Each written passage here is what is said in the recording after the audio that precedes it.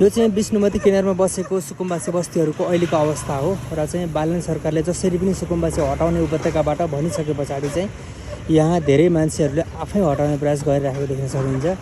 Almost घरको छानाहरू निकालिसकेका छ भने यहाँ बिचमा सरकारी विद्यालयहरू पनि रहेका छन् र तिनीहरू पनि अब भत्काउने प्रोसेसमा हुन्छ होला। तर प्राइभेट घरहरू चाहिँ धेरै जस्तो भत्काइसकेको छ र भत्काउने क्रममा छ, झ्यालहरू पनि निकालिसकेका छ र चाहिँ अब यो भत्किसके पछाडि जसरी यो एरियामा तपाईँले बाटो देख्न सक्नुहुन्छ,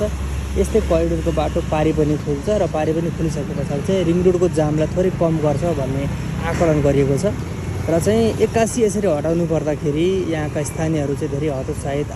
आक्रोशित पनि देख्नुहुन्छ भने अब सरकारसँग केही उपाय नलाग्ने रहेछ हाम्रो भन्ने भइसके पछाडि यहाँ हटाउँदै हुनुहुन्छ र चाहिँ यसमा चाहिँ धेरैपल्ट पहिले पनि हटाउने प्रयास गरिएको थियो र प्रशासनले कहिले पनि सहयोग गरेन भन्ने महानगरको गुनासो छ र अहिले महानगरकै प्रमुख तत्कालीन महानगरको प्रमुख चाहिँ प्रधानमन्त्री भइसके पछाडि अब आफ्नै पावरले चाहिँ यो गरेको देख्न सकिन्छ।